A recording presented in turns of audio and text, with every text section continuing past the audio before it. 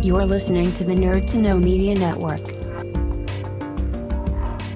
Join us at nerdtoknowmedia.com.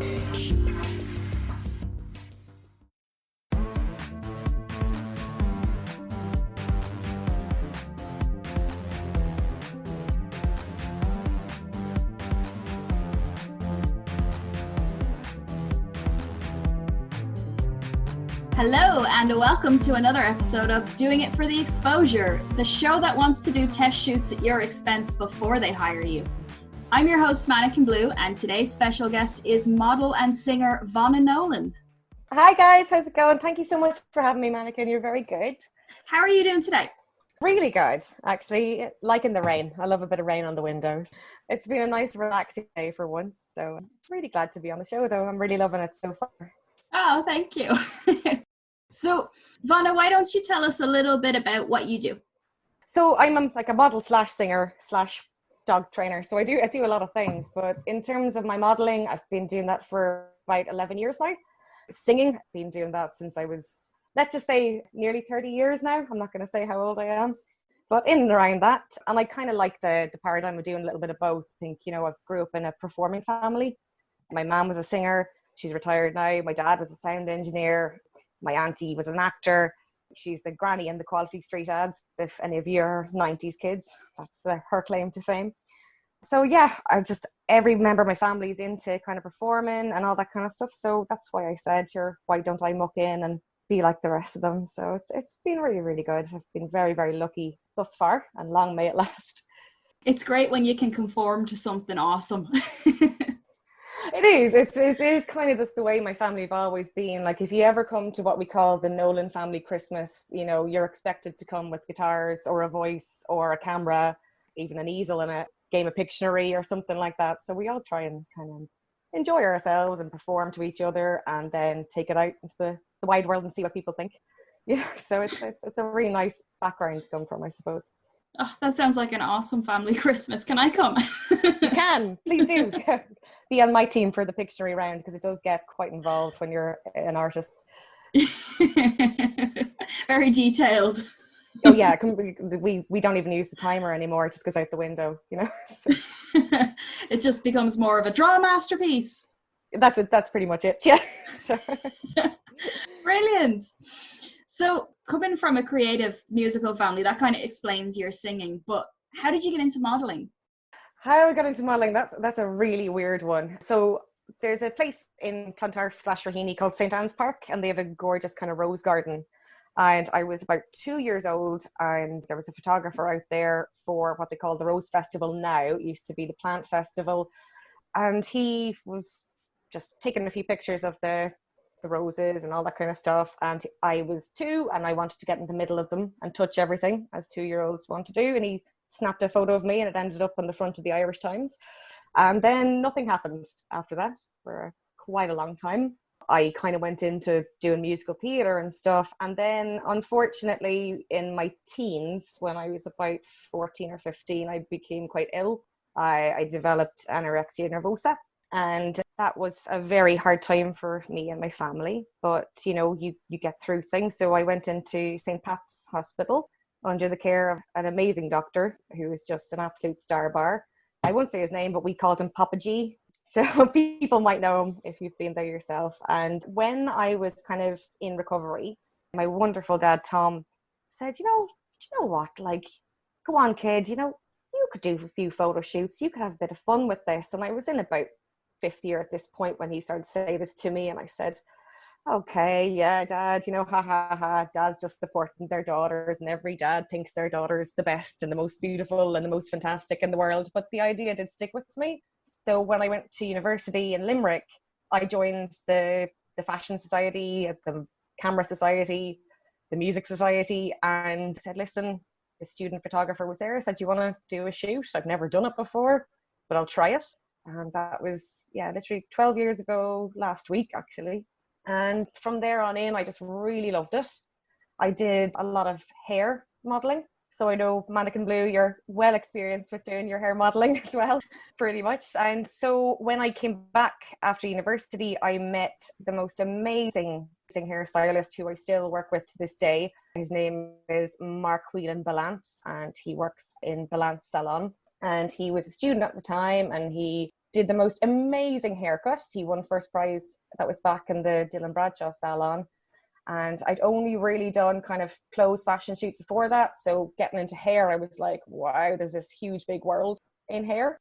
And I loved it because I've always been one, a bit like yourself, to color my hair every kind of color. A lot of home bleaching accidents, of course, which happen, certain breaks, and your hair might fall out. But I was never one to be kind of like, oh, I just want my hair long. It's always been kind of a pixie cut, that's where Pixie in my little Facebook name comes from. And yeah, so I started with hair. I loved it. I loved the creativity behind it. I actually learned so much about hair sitting in a salon chair for up to 9 or 10 hours, going from red to blue to green to purple to whatever. And then I discovered a kind of a new genre. So I've never been a really good dancer in that way, but I always used to like, as a kid, to pretend I was really good at it. So I used to be up on my toes, pretending I was like a prima ballerina, and I watched these ballerinas. And then a friend of mine posted that he was looking for a shoot on Facebook, and he's an amazing photographer called Andrea Goetti, and we decided we'd do a shoot, and we did. And Andrea was showing me his portfolio one day, and he showed me what we call fine art nude photography, or implied nude, some people may call it. It can be both, really, if you want it to be.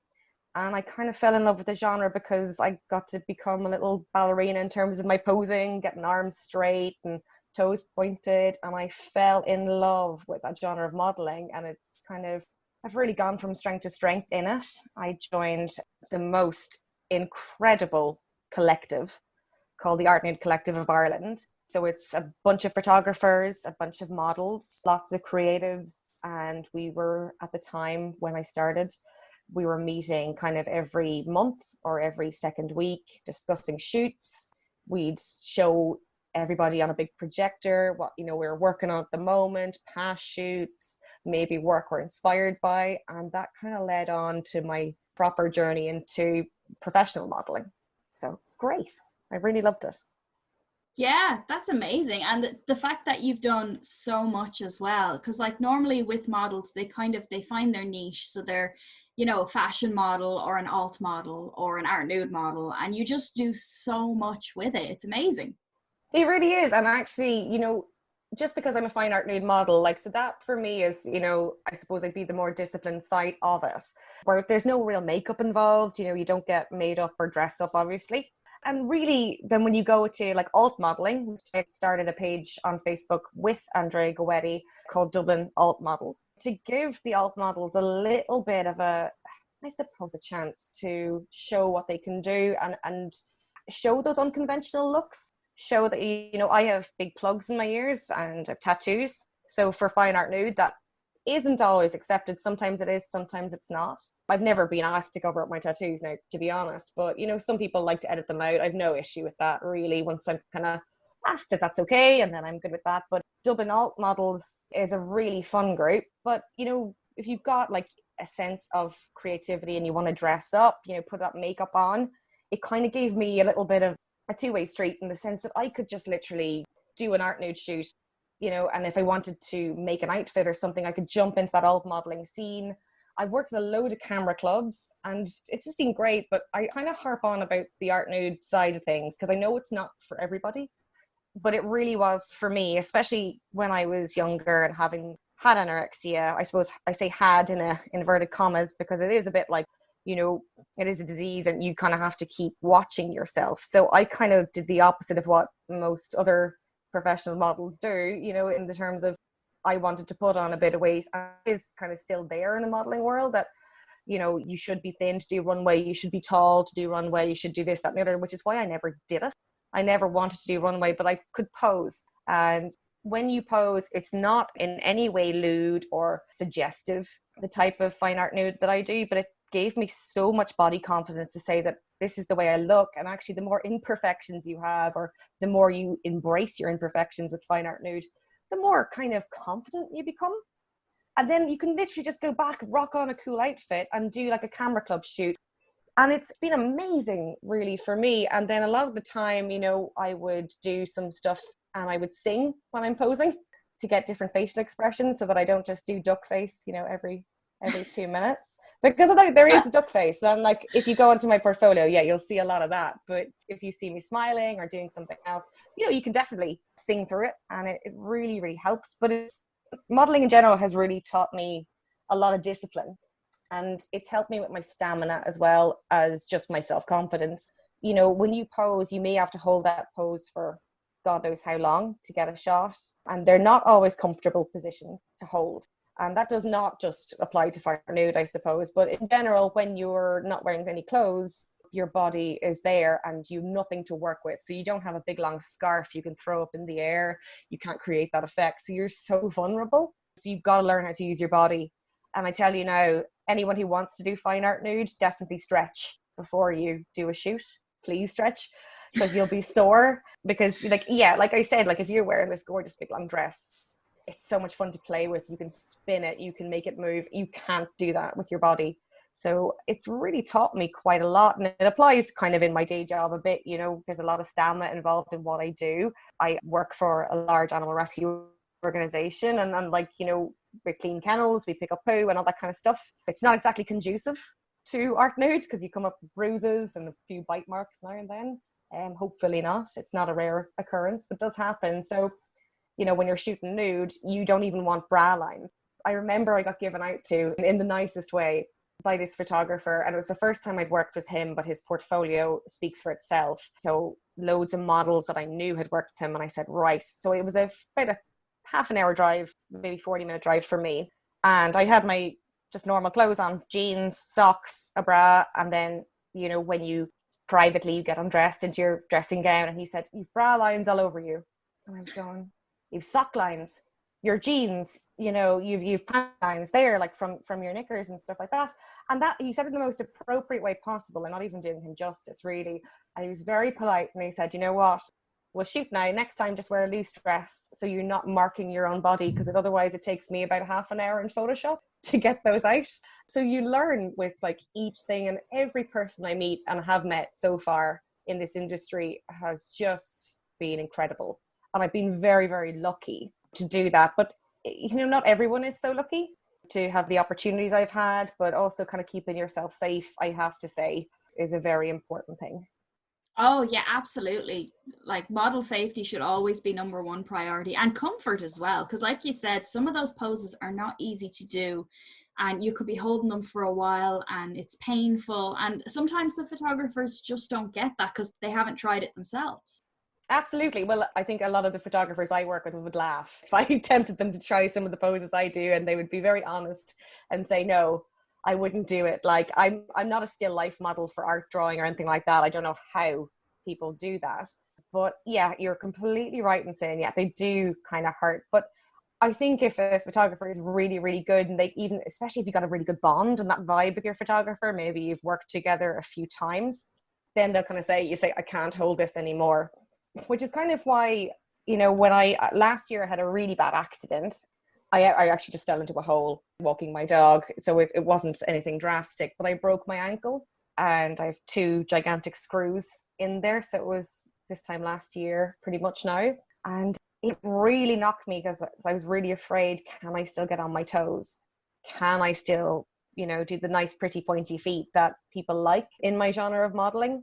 Can I wear high heels? And I know that, like Mannequin Blue, we were kind of talking about that, like wearing high heels is something for us who are smaller people.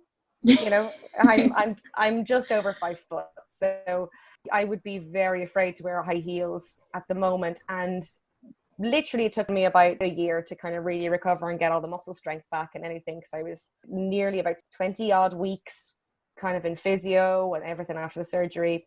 So coming back to it, literally as I was kind of getting my confidence back up again, lockdown happened. And modeling during lockdown was obviously not an option.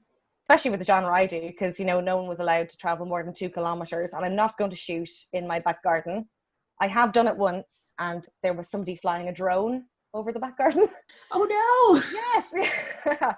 So we all ducked for cover, and I'm lucky that the photographer at the time, he'll laugh now, sorry if you don't mind me mentioning you, Paul Brady, you'll remember this, literally threw the blanket over me. He was like, come back into the house and we'll go again somewhere else. But it does happen. So like that was the only kind of option, and nobody was really comfortable.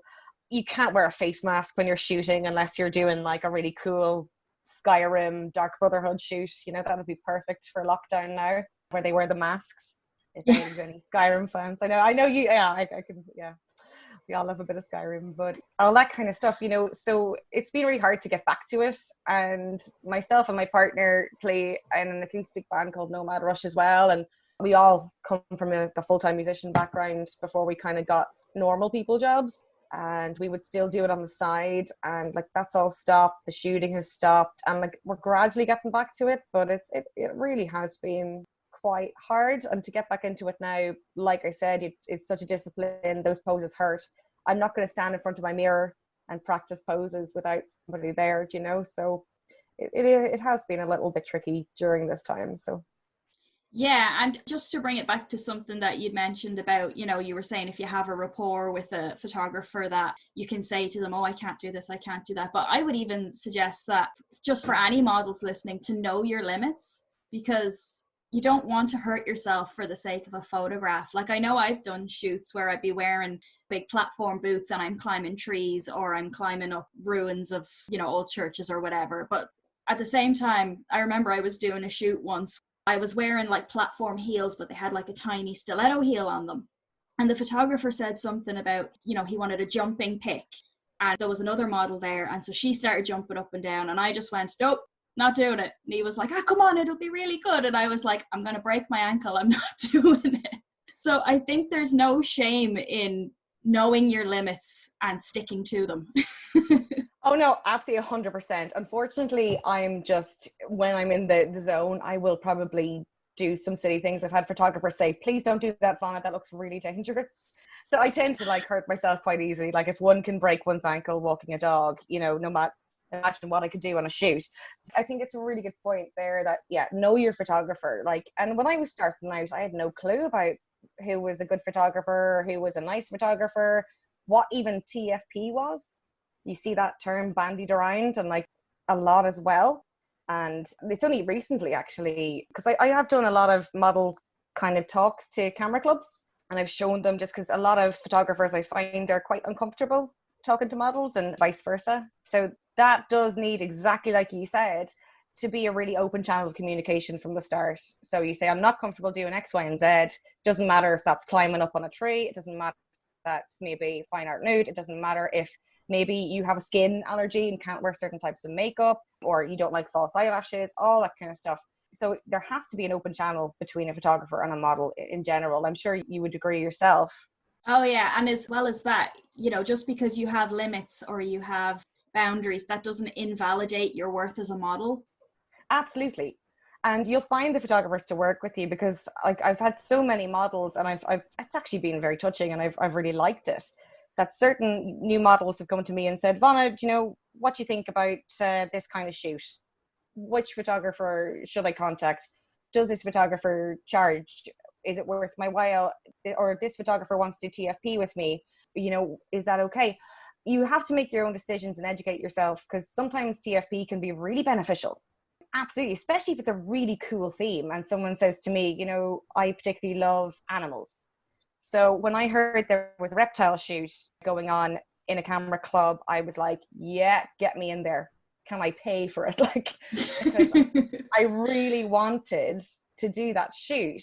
And obviously there was a photographer who wanted to shoot it. So that was really great. And it was just a bit of like, it was a really fun thing, but the portfolio shots ended up amazingly. I think Mannequin Blue, you did my makeup for that one. I did actually. Yeah, you're right. Yeah. And we had a great time. And it was just such a pleasure to work with everybody in that situation. Whereas sometimes if it's a fine art nude shoot or something a bit more, I wouldn't necessarily do a TFP unless it was kind of worth my time and the photographer's time in that sense. It has to be mutually beneficial. You need to discuss what you're going to do beforehand. There are pages online to keep models safe, but at the same time, you should kind of maybe do a bit of research, make sure that your photographer kind of has a really good portfolio. Don't be afraid if a model is tagged in a photo. So for instance, say I was tagged in a photo belonging to photographer A, and there was a new model out there and you clicked on my name and said, listen, you're tagged in this person's photo. What do you think? That's fantastic.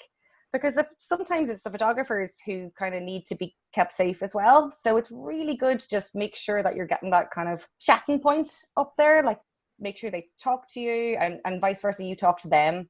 So it's a nice little world to be in, especially in my discipline. But there are little clubs, and I would always recommend people starting camera clubs, because that's where you get some of your really good relationships. And that's where most of mine have come from, to be honest, is clubs or societies or collectives that are kind of already established. And if you shoot there, yeah, there would be kind of benefit to shoot with those people again. Yeah, absolutely. And just for anyone listening, if you don't know what TFP means, it just means time for photos, which is basically you don't get paid for the photo shoot, but it's kind of you give them your time and they will give you portfolio shots. Yeah, absolutely. And I still love to do some TFPs with good friends now. It's really good. But when it comes to my music, it's slightly different. You know, you're there playing for 2.5 hours and you've practiced for a long time.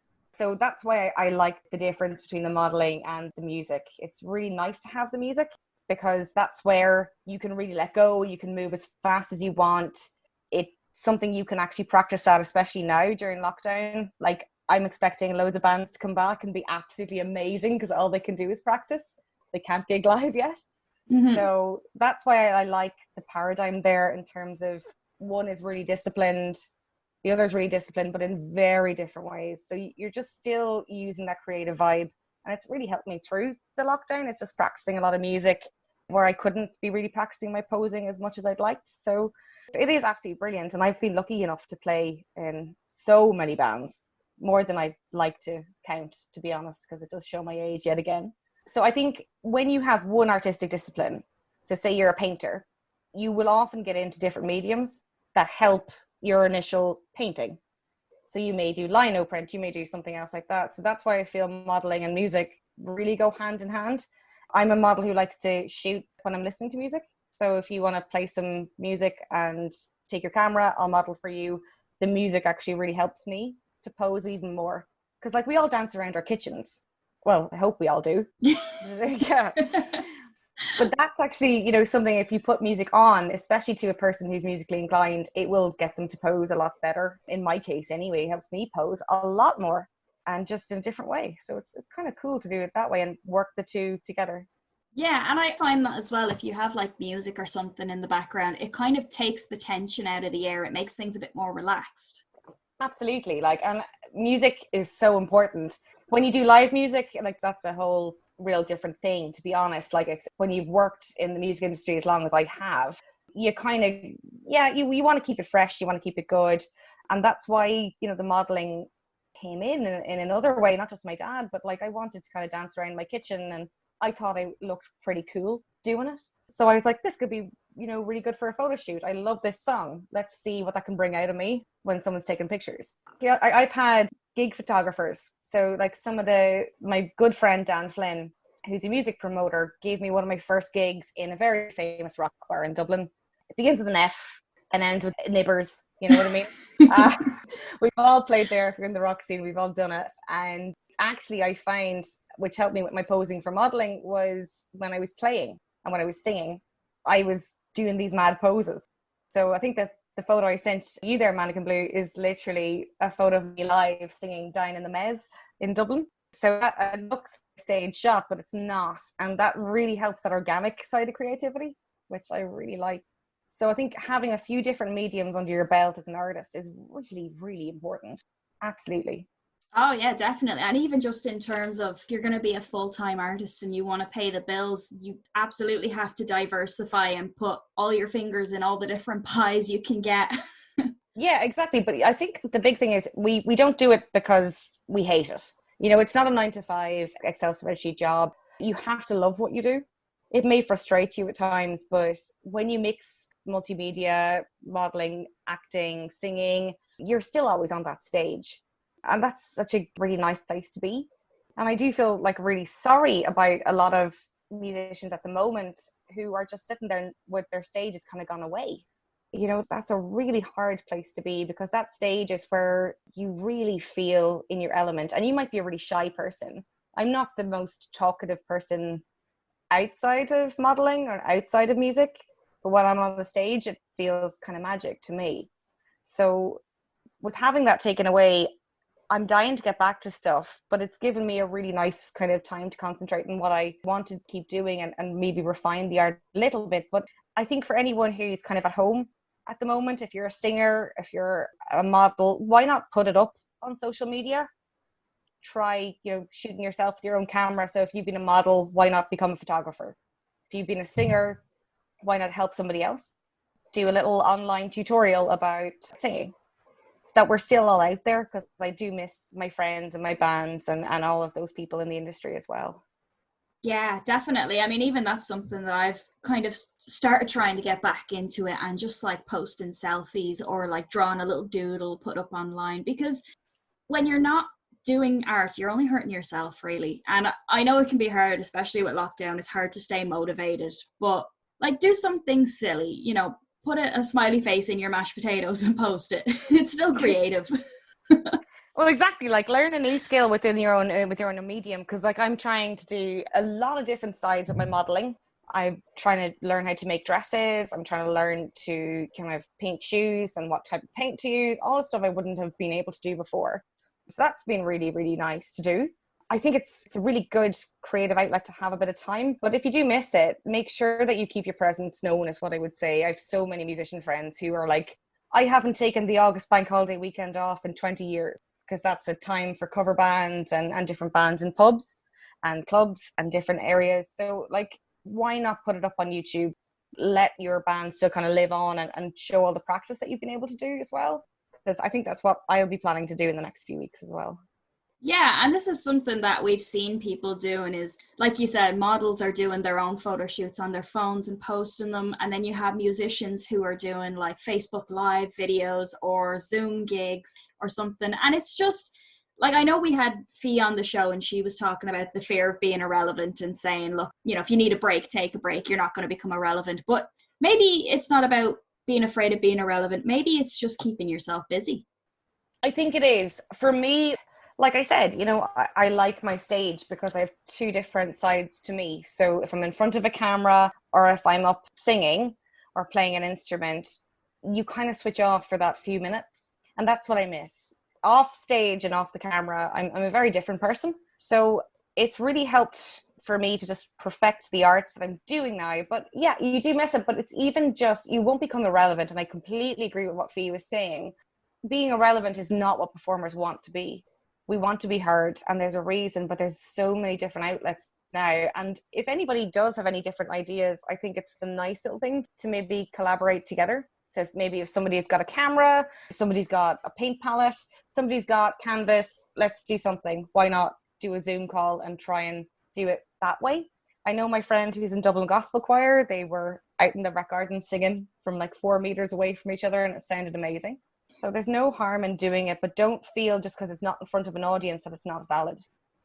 Yeah, absolutely. Even just do it for yourself. You're still valid. You're still doing amazing things. Exactly. And like, if I didn't do it, I'd go mad.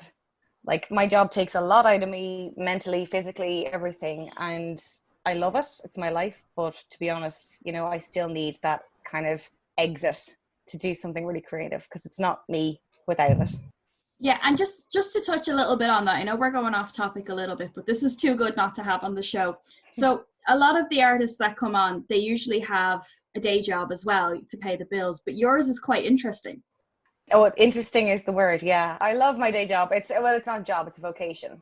So it's definitely a vocation for me. So again, like I said, I work with one of Ireland's largest canine rescue organizations. I'm one of the head dog training people in that organization for dog training classes for anyone. But I've worked in the centre for a good few years now, and I've learned so much about it. I'm not going to say where it is, but if you want to head near Finglas, you probably see us there. We have a lot of yellow going on. It's been amazing. It really has. And it's a really tough job. And it's an absolutely awesome job as well. You have the most amazing days. You've got sad days. You've really got to be quite open to taking on new challenges. You've got to be physically fit to do it. But it is the most rewarding job in the world, helping dogs who have no home. And there's so many rescues all over the country who are all working to the same goal as we are, to try and basically put ourselves out of business. Any successful rescue wants to literally lose their job, because the one day we don't have any more stray or abandoned dogs is the day we're like, yes, we've done it. So yeah, please put us out of business, in that sense is what I'd say. But yeah, so I'm a trainer. I've worked with animals for pretty much as long as I've been seeing. So I rode horses, I trained horses, I studied equine science until I went to America and I broke my back off a horse. So again, a little bit of a confidence knock. Now, don't get me wrong, I still get up and trot around, canter around, stuff like that. But that kind of got me into dog training. They're fascinating, and I love that they don't talk. When you need someone to go grab a dog or a cat, I love anything with a tail. So it's not just dogs for me, to be honest. But yeah, we get in so many dogs every year. We're not government funded either. So that's really, really important to note. But not a lot of charities are. And at the moment, there's been this massive big boom with lockdown puppies. And with lockdown puppies, it's like people have to go back to work again and they don't know what to do. So we're doing loads of online classes, trying to use every resource we can. But, that no day is ever the same where I work. And I'm so lucky. And a lot of people say, I love dogs, I want to go into that industry. That's absolutely fantastic if you do. Like I said, it's not conducive if you want to do some modeling, because you're going to come back covered in bruises if you're like me, banging yourself off gates and you're cleaning, scrubbing. You walk a lot, which is actually something I love, but we walk rain, sun or shine, snow, no matter what, we keep walking those gorgeous dogs. But it's the most kind of rewarding thing I've ever done, because they have no voice, they have no home, and we are their home.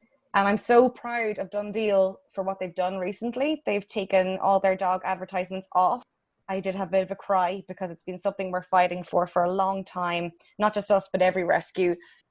Sometimes we say the dogs in our care, yeah, they may have no official home or official mum and dad, but they have literally 35 mums and dads who care about them even more. And we never put a healthy dog down either. So it's just something that I do, but it's obsessional. So that's why I have to do my art, because if I was to dwell on every sad case we get in, mange, potential abuse, starvation, anything like that, abandonment, if I didn't have an artistic outlet, I don't know if I would be okay. So sometimes I'll come home and I'll play my guitar or have a sing-song with my family. But that's why art is so important, to just keep you sane in that kind of thing. But we do see a lot of success stories, and they're what mean the most to us.